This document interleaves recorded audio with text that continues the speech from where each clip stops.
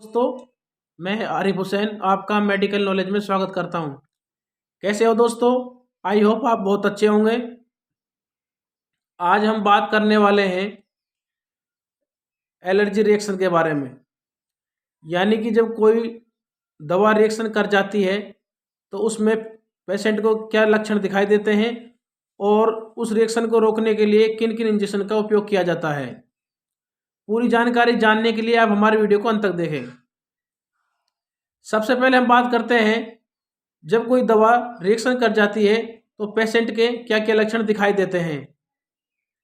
सबसे पहले हम बात करते हैं लक्षणों के बारे में, जैसे कि स्किन रैशेज, यानी कि स्किन पर लाल लाल दाने और शरीर का स्किन का लाल हो जाना, इस तरह के लक्षण दिखाई देते हैं।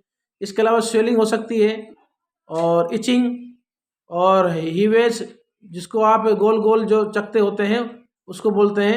इसके अलावा शॉर्टनेस, ब्रेथिंग यानी कि सांस लेने में दिक्कत हो सकती है।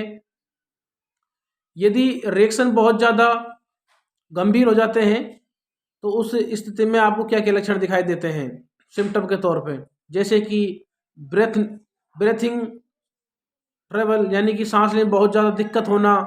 इसके अलावा लॉस ऑफ कॉन्शियसनेस, यानी कि पेशेंट का बेहोश हो जाना।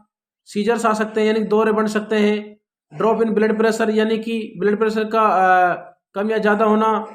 इस तरह के लक्षण आपको दिखाई दे सकते हैं। इसके अलावा डिजीनेस एंड चक्कर आने, वीकनेस एंड फास्ट पल्स, कमजोरी महसूस हो सकती है और पल्स रेट जो फास्ट यानी कि ज़्यादा कम भी हो सकती है।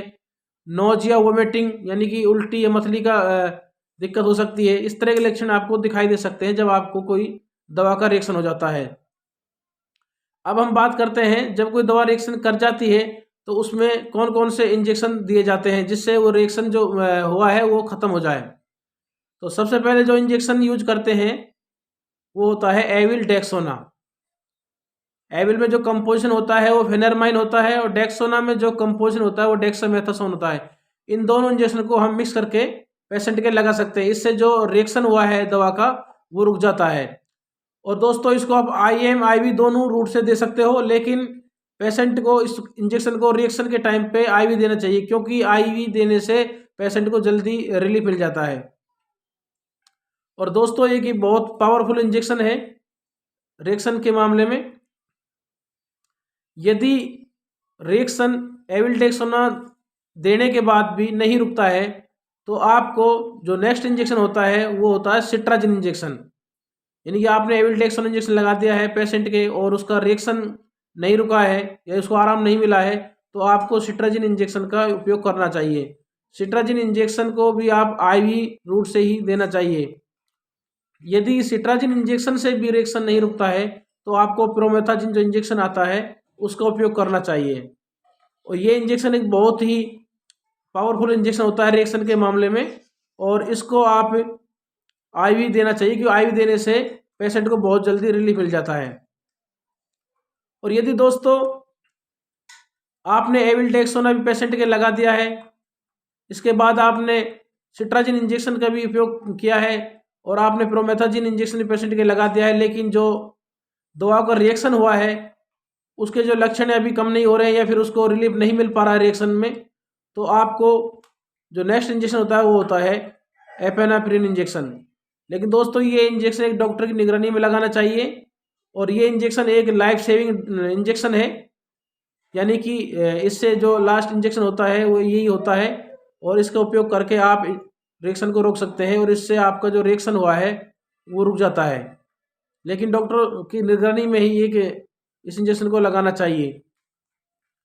तो दोस्तों, हमारी वीडियो आपको कैसी लगी? यदि अच्छी लगे तो लाइक करें, शेयर करें, कमेंट करें और चैनल पे पहली बार आए हैं तो चैनल को सब्सक्राइब करें, बेल आइकन घंटे को जरूर दबाएं, जिससे आपको हमारी वीडियो की समय समय पर नोटिफिकेशन मिलती रहे। दोस्तों, हमारी वीडियो को काफ़ी दोस्त प्रॉपर देखते हैं लेकिन चैनल को सब्सक्राइब नहीं करते हैं। और दोस्तों, जो हमने ये वीडियो में आपको बातें बताई हैं ये आपको नॉलेज के लिए है। यदि कोई ऐसी समस्या आपको हो जाती है रिएक्शन की तो आप अपने डॉक्टर के परामर्श के बिना इन इंजेक्शन का उपयोग कभी भी ना करें, क्योंकि जब आप इन इंजेक्शन का उपयोग करते हैं तो आपको गंभीर समस्या का सामना करना पड़ सकता है। आप अपने डॉक्टर के अनुसार ही इन इंजेक्शन का उपयोग कर सकते हैं। तो दोस्तों आज की वीडियो में इतना ही। यदि आपका प्यार बना रहा तो नेक्स्ट वीडियो हम बहुत जल्दी लेके आने वाले हैं। नमस्कार दोस्तों, जय हिंद जय भारत।